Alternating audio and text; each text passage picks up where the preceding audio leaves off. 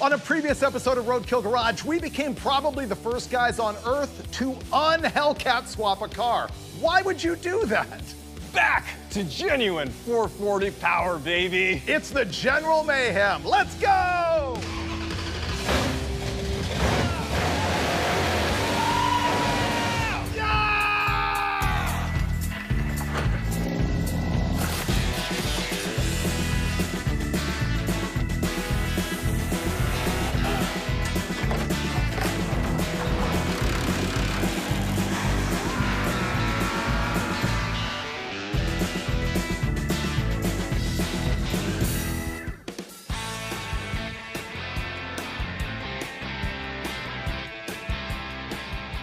Thanks to Chris Birdsong, I can honestly say the General Mayhem is better than it ever has been. That was going to be my question. Do you think it's going to be as good as you remembered it?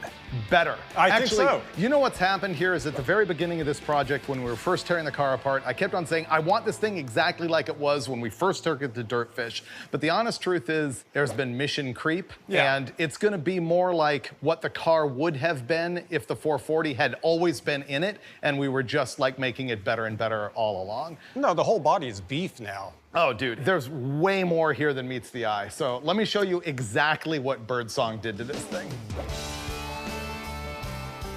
Before I tell you where the car's at right now, let me tell you where it all began and where it's going. This is the 1968 Dodge Charger known as the General Mayhem. It's a car that we built in the very earliest days of Roadkill with me and my co-host Mike Finnegan tearing apart a motorhome, throwing the motorhome's 440-inch big block in this car and turning it into a legend.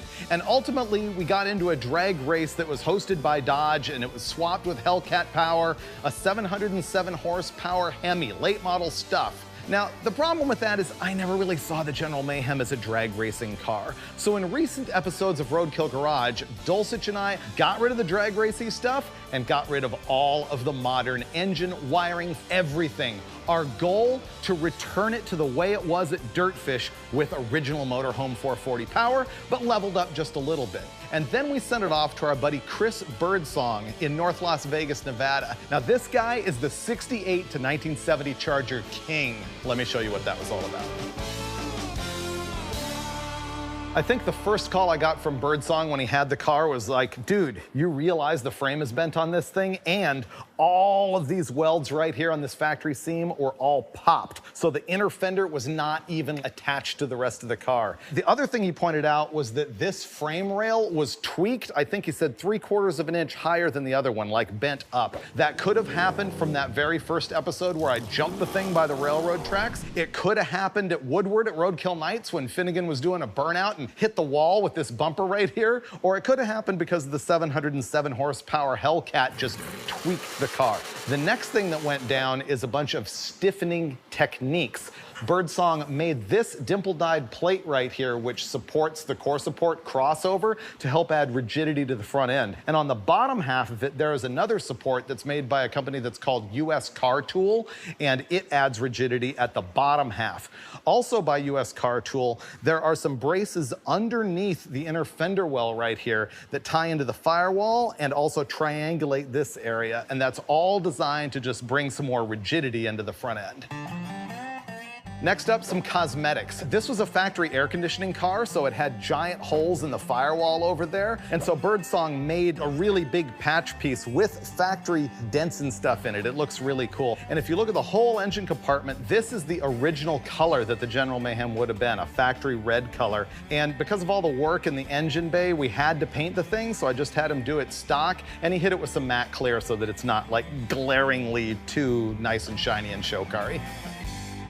Birdsong is really good because he notices stuff that I wouldn't, even having dealt with these Mopars my whole life. He berated me for only holding the fenders on with like a couple of bolts. He's like, dude, that is structure. You gotta have that all together. And I don't know if that contributed to this or not, but he noticed a massive crack at the bottom of my A-pillar here in the factory lead. And so he went through and fixed that all up and filled it back in and just sort of hit it with sandpaper and spray paint to even it out. But once again, who knows why it was cracked, but it was cracked.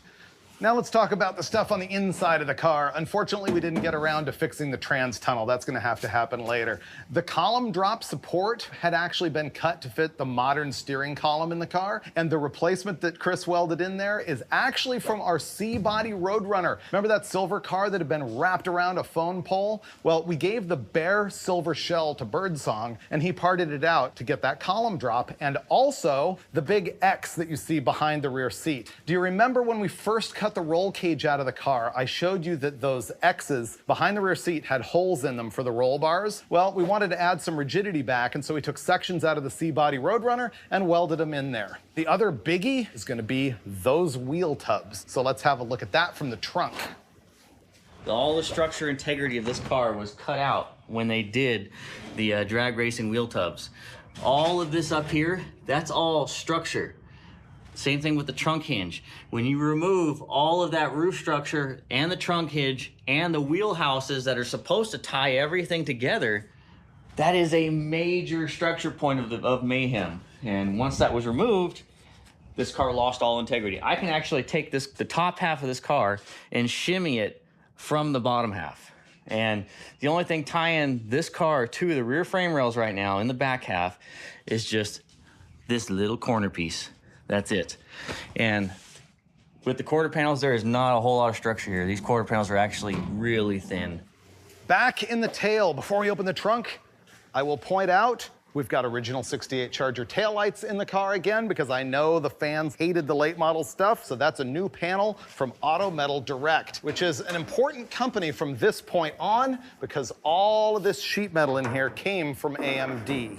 So at one point, Birdsong freaked me out by sending me a photo with all the back half of the car gone. So this is all new with that sheet metal from AMD. Now, the most interesting part of all of that is those wheel tubs right there. So this car had been cut for drag race type wheel tubs, which are perfectly semicircular and are typically not attached to the outer quarter panel. And so that's fine for drag racing, but it makes the car a little bit weak torsionally for the type of driving I want to do with it. And so these wheel tubs are just like stock, but AMD makes them 3 inches wider. They attach into the car just like factory, so they've got the same level of rigidity, but they're wider so you can fit big meats. But Birdsong did have to make some modifications. First of all, in the outer half of the tub right here, he had to cut and section and raise so that I could get such a tall tire on the back of the thing and still get it to sit low. The other thing is that the AMD tub is designed for you to actually notch into the factory frame rail a little bit, and so Birdsong went in and narrowed these tubs back an inch, so they're basically 2 inches wider than stock instead of 3, and so that we didn't have to notch into the frame rail. So those wheel tubs give me the opportunity to either run the massive rubber that's on the car right now, or if I ever decide to run just a regular like 275/60/15, I can do that, and these tubs don't look at all offensive. They look stock. The last thing on the outside of the car is the quarter panels. They have been repaired from here down, and reproductions weren't available at the time, so Birdsong made all of this by hand, and it looks perfect. Okay, for the rest of the story, I'm gonna have to jack this up, put it on stands, and show you the work on the underside of the car.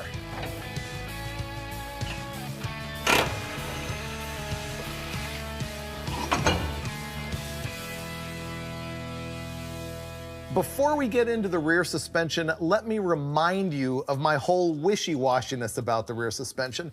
Remember, my whole plan here was to get the General Mayhem away from a drag racing type platform. However, I thought there was a chance that that big 29 by 1550 Hoosier radial tire might look cool on the car if I could get it to sit low and level enough to be good. So this is all steps towards finding out if we can make that happen with the fat tire. First of all, I had Chris working with the leaf springs that had already been moved inboard when the car was in drag racing mode. And then we modified it a little bit to see if we can make it all work the way I want. He started doing that with these rear leaf spring sliders, and a lot of people haven't seen these, but they've been around forever. They replace the shackle and hanger that normally is suspending the back half of the spring. So a leaf spring that has an arc to it, as it compresses and extends, the leaf spring gets longer and shorter. Normally that's accommodated by the swing of a shackle back here. In this case, it's done with a groove inside this slider assembly, which has Delrin bushings and grease in it and stuff so that it can move back and forth freely. However, the advantage of it is that it takes out all of the slop of the shackle that hangs down that could be moving side to side on all its rubber bushings, and so it should make the car handle flatter and more steady. And the other thing that it does is actually lowers it just a little bit by moving the spring eye up. Notice that Birdsong also had to notch the frame right here so that when the leaf spring compresses, it doesn't contact the frame. So that's all a modification to find out if we can make this all handle and be okay. But there's another problem, which is the Ford 9-inch right there. Honest truth, I don't really want it in the car. I want the 8 3/4 in it just like it had back in its original version, but it seemed ridiculous to get rid of a perfectly good, beefy Ford 9-inch rear end that's already narrowed to fit those big, fat tires. And so that's why I decided to keep it, but there was more modifications that needed to be made in order to make the 9-inch work. Chiefly was the shock crossmember. The stock crossmember on these cars is like a stamped piece of sheet metal, and unfortunately it didn't have enough clearance to the top of the housing, which is actually larger than the stock 8 3/4. It was going to hit if I lowered the car. So he cut all of that out and put in a tubular crossmember with tabs for the shocks. And so the other thing that had to go hand in hand with that is these big shock mount drops right here. Now these QA1 shocks have extensions at the top, so they could actually be shorter, because right now this is the lowest point of the whole underside of the car. So you can see that in trying to keep the big meats on this thing and in trying to get it low enough, we've made a bunch of modifications. I'm not sure I'm going to stick with it, honestly. But let's move on to some more good stuff like the subframe connectors. Check this out. This mod is a Birdsong original that I had to have. It's subframe connectors, but they're special. Typically, you'll take the stamped front sheet metal frame section and tie it into the back just to add some rigidity to the car. And for years, Mopar has sold a kit that sort of bolts in right here on the face of the torsion bar crossmember and then attaches back here near the leaf spring. What makes the Birdsong one special and different is the way he notches them into the torsion bar crossmember and continues to go forward all the way up here to the factory torque box that he has also added to this car. And that is going to make this whole section way more rigid than if it just bolted or even welded flat to this surface on the torsion bar crossmember. All right, so that's a rundown on everything that Birdsong did to save the General Mayhem, and now it's on me and Dulcich to finish it up.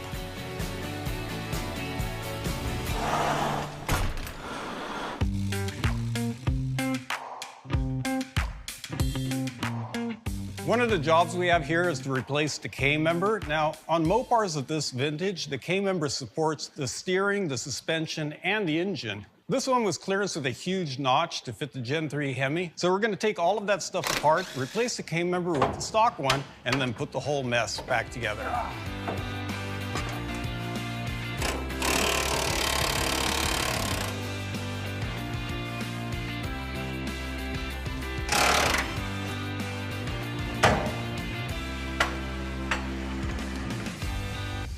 Here's the K-member that came out of the car, and here's a replacement. Now, there are some differences, most notably a big chunk that was cut out of the middle of this one, whereas this one is completely stock. Now, this K-member is actually an earlier model used up till '69, and this one is for '70 to '72, and the main difference was the sway bar and the sway bar mounting. It used a wider bar, whereas this one uses a narrower bar, and it actually goes right through the K-member, as you can see right here. It uses conventional mounting, and I greatly prefer this one, so I'm glad that's what we got.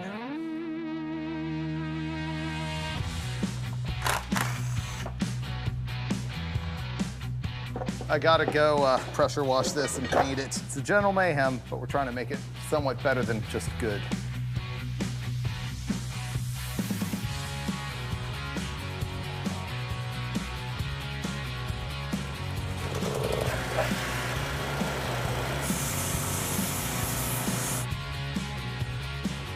Let me show you a common failure point on Mopar K-members, and that's right here. This is where the pivot shaft for the lower control arm goes through. Sometimes the welds break and it's just loose. So what I'm gonna do is grind this up, weld it, and it'll be as good as new. I've got to grind this on the bench grinder.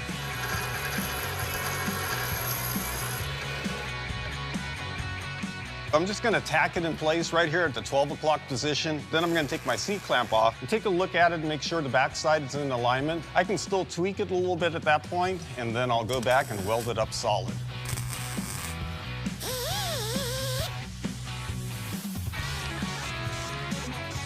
Okay, it's the General Mayhem, so it doesn't need to be super sweet show car-y, but we did pressure wash the K-member and fog it black, and we're putting it back.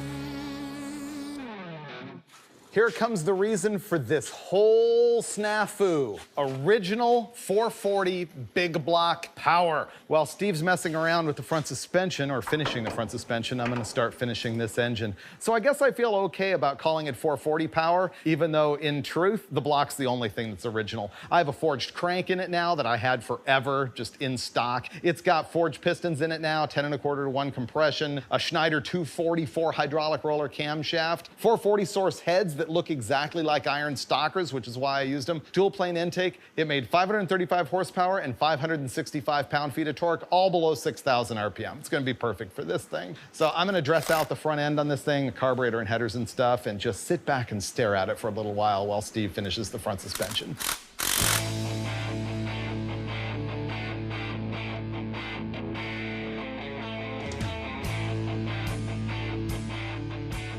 I've got everything for the front suspension cleaned up and painted as needed, and right now I'm just going to start installing it. I'm going to begin with the struts, which are QA1 adjustable units, and then I'll slide into lower control arms, and then I'll just stack everything from there.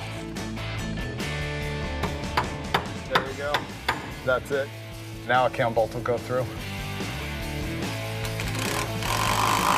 The 440 is back. Next thing we're gonna do is hang some solid motor mounts on the side of it and then bolt up the transmission, and guess what?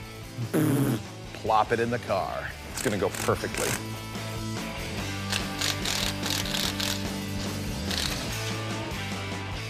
All right, flex plate. Steve just installed this, so let me take you to Mopar Flex Plate School. The thing is, these 440s that have cast cranks in them, like the motorhome that we took this out of, those are externally balanced. The early muscle car stuff, like this that now has an old forged crank in it, are internally balanced. The thing is, Mopar used this flex plate on everything, and there's no weights on it or holes or anything. And so from the factory, Mopar put the weights for the externally balanced engines onto the torque converter. But the aftermarket does it differently. In the aftermarket, torque converters are typically neutral balanced, and then they either use a neutral balanced flex plate for an internally balanced engine, or they use an externally balanced flex plate for an externally balanced engine. This is for a small block. I have seen big block ones that instead of having a cutout have a weight welded to them. But that's the key for you. If you're dealing with an externally balanced engine, use a flex plate that has a cutout or a weight on it. Internally balanced doesn't have that. And I do recommend using the aftermarket setup with a neutral balance converter, and I do recommend getting rid of the stock flex plate if you're making anything north of, let's say, 500 horsepower. These do crack. The last thing that you should know is that the pattern where you bolt this to the back of the crankshaft, which by the way is 6 bolts on a 440 and 8 bolts on a Hemi, that pattern is not even all the way around. There's 2 bolts that are farther apart than the rest of them. The other thing is that this 4-bolt pattern that goes from the flex plate to the torque converter is also not symmetrical. And so what Steve and I typically do is take the converter and the flex plate, line it up on the bench, hit it with some spray paint on both items so that when you're under the car, you can match them right up, and you don't have to like turn the engine 4 times to find out that you didn't get it right. There you go. So while I've been telling you all that stuff, Steve's been over there setting up our torque flight onto some sort of platform so we can put it on the back of the engine. You know, there's a bunch of consternation about what trans to put in the car. A stick is probably the long-term goal. I did consider putting a Gearstar 4L80E in it, but we ended up with just a standard rebuilt 727 just for speed and ease of assembly. And That's the original transmission for the car and it just bolts right in. Bingo. I'm in favor of this. You are? Oh, yeah, totally. Okay. This thing's probably gonna hemorrhage like a Dulcich flesh wound. Oh, man. See, this is why I didn't want to do it on the thing. Put the torque converter in there. I'm trying. Yeah, it just doesn't go, right? It just moved right there. It did? Yeah.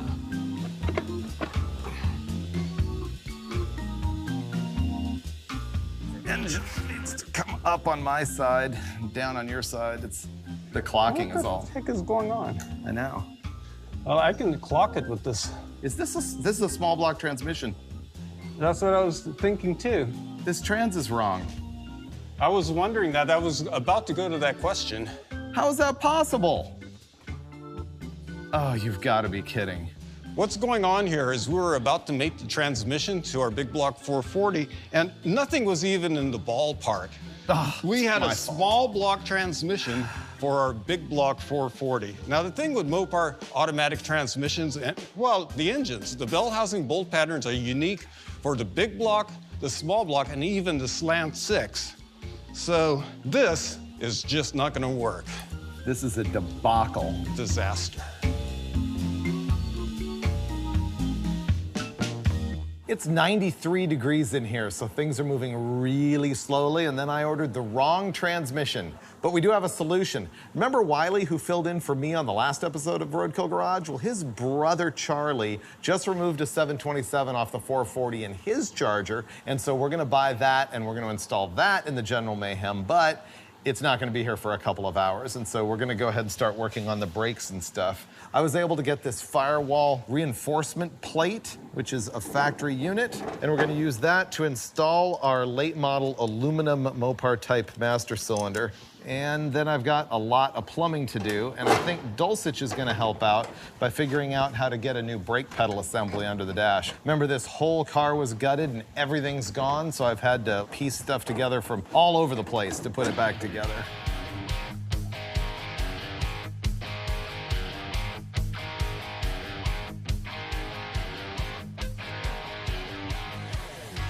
Here's the steering column that we're going to put in the car, and believe it or not, Freiberger has had this for 38 years. It came out of his 1970 Super Bee, which he's had since high school. Now, it's not quite ready because we've got to do a few modifications to work with the Borgeson steering box that we put in this car. First of all, this is the coupler to the steering box that would have come with this column.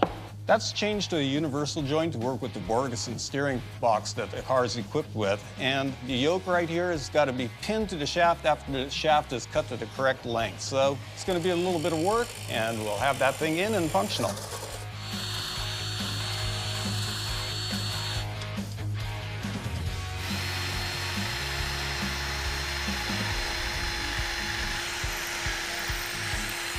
I'm going to knock the last pin in, and this thing is done. It actually turned out pretty straight. Column? Column going in. Okay, got it.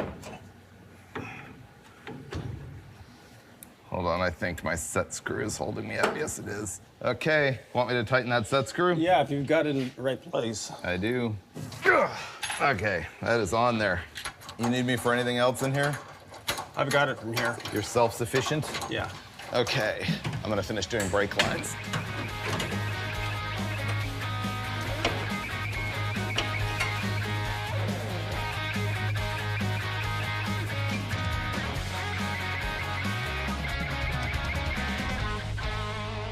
Well, that was an odious job, but it's done. That was a really stupid move, buying the wrong transmission. You know what? I'm going to change your name from Homeless Dave to, guess what? Sleepless Dave. I know. You're sleep deprived. Your brain is just scrambled eggs. I know. How do you order a small block transmission for 440? He's not going to let it go. Fortunately, Wiley's brother had this one, and supposedly it works even though the neutral safety switch was cross-threaded in there, Charlie, and we're going to install it. This should go right in. You know this is the converter we took out of the crop duster. What's wrong with you? I can't get this to go in. Ah. I'm exasperated. That means it's my turn. Yeah. That second little shaft is not getting on its splines. I read in a magazine article a long time ago, so we know this information.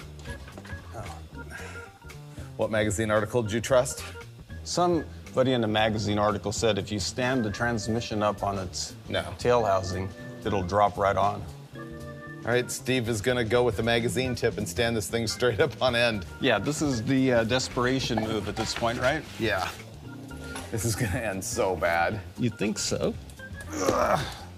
I guess I'm lifting that by myself. Yeah. Okay, now it's puking fluid. As it should. Ready? Yeah, place that in there. And it just goes right on. See that? What do you have to jiggle it? Well, isn't that supposed to be at 12 o'clock? If you assume that it's on both splines, yeah. Ugh, this tech tip is a joke. That's not working. I want to go to Alaska again and throw cars off a cliff. How about that? How about this one? Can I make a suggestion? That's what I was thinking. That's not going on, David. So we had a big fight trying to dock our UFO into our torque flight. We fought the thing forever and ultimately counted the splines and learned something. Yeah, I didn't know. I had no idea. What is it? It's like 40 years of messing with Mopars, and I've never run into the fact that I guess a 66 and later torque flight has a 19 spline input shaft. 66 and earlier. And earlier, right. And ours had a 27 spline, I think. 24. 24, so there was just, I mean, I'm still confused, and there's no way the torque converter was gonna work. So 4-hour round trip later, we were able to get this torque converter that came out of this transmission. The problem is, if you will observe, this is like a 12-inch torque converter. The stall speed on this is gonna be like 1,800 RPM, right? Yeah, or 2,000, it's low stall. So that's not gonna behave well with our big lumpy camshaft and stuff, but we gotta get this garbage going. So let's install this. Think it's gonna work? Yeah, line up the keys. Nah, it'll go right in. It's even worse with the 12-inch converter because it's heavier. You know, we haven't gotten much done on this car in the past 4 days, but the good news is they can make a whole episode out of just the torque converter installing the torque converter? Yeah, exactly. That's compelling television. That had the sound of success. Something went. Yeah, that's... There. Woo! Boom! So mark this one. That's it. We're good. Finally, this is Thursday. We started Monday, and we're about to drop the engine and trans in. Okay, we know it fits. Yeah. Because it was in there before. Well, I would feel a lot better if there was a nut on the other side of this bolt. I'm not kidding. Dulcich welded that thing together with a coat hanger and a torch when he was 15. Yeah, I know, but my brother went back over it and did those awful stick welds to reinforce it.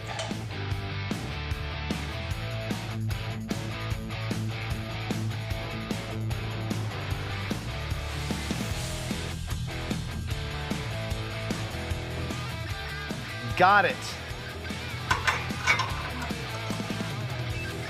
Final drop. That's it. It's installed. All right. The headers we're installing here are TTI brand, and they're 1 7/8. And to get a starter in, you kind of got to take the header off and wrangle it and get the starter and the header all up there at the same time. So I'm wrangling the header, and Dulcich is going to manage the starter. How's that? Well, you know what? That's pretty open. That might just do it. Let me try. Yeah, that will. Okay. Got it.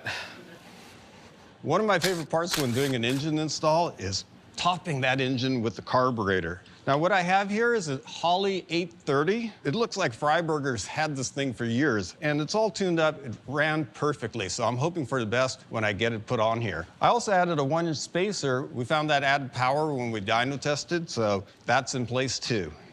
I had to make one change to the carburetor. At the front of the carb, we had a rear bowl. That was because the original one on this carb was broken, so when we did our dyno testing, the only thing we had handy was a rear bowl. I'm gonna swap it to a front bowl so that the inlet fitting is on the same side, the passenger side of the car. Otherwise, you've got one on one side, the other on the other side, and it's a mess.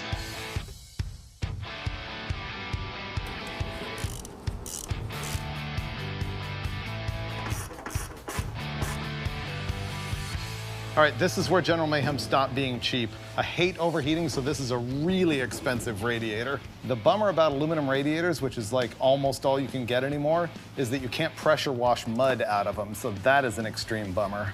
How's that fit? Does yours catch both or just one? It's an extreme bummer.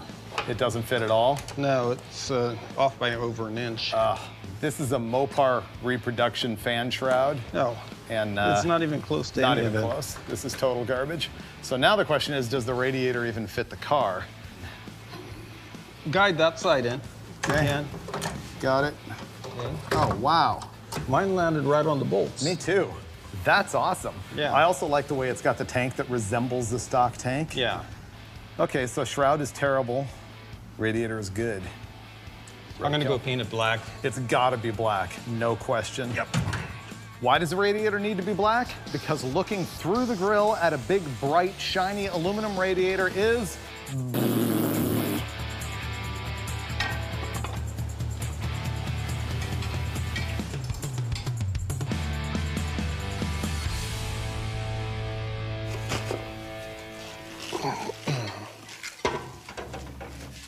Ooh, that black looks pretty nice, Volsage. Thank you. But you know what? That radiator does not fit with that clutch fan, period.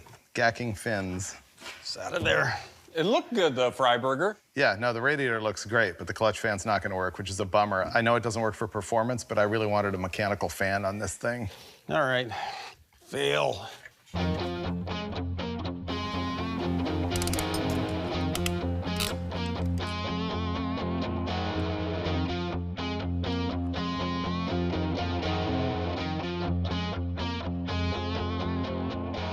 This has been one of those weeks where everything took too long. You don't say, Freiburger. Wow. Man, I thought we would have this thing fully buttoned up, but here we are. We're gonna fire it up with no water in it and a cobbled ignition system. But at least we get the motivational inspiration of actually hear this thing light. So we can come back for the next episode and make it great. Yeah. All right, we're gonna try and fire this thing up. Are you ready? Does it crank? Fire in the hole. Okay, stop. You want to give it a pump? Oh, yeah. Oh, that's... Oh, yeah. There we go. Whoa! Right off the snap. Boom! Cold start. Our only win this week. I know. All right, Steve. Thanks for all your labor on this thing. I can't wait to have this thing back. Bro, full bro shake? Boom, boom, boom! One thing left What? to do. Where's the scraper? One life ends, another begins. It is official. The General Mayhem is no longer powered by the Hell Kitty. Here we go. The end of an era. Ugh. And boom.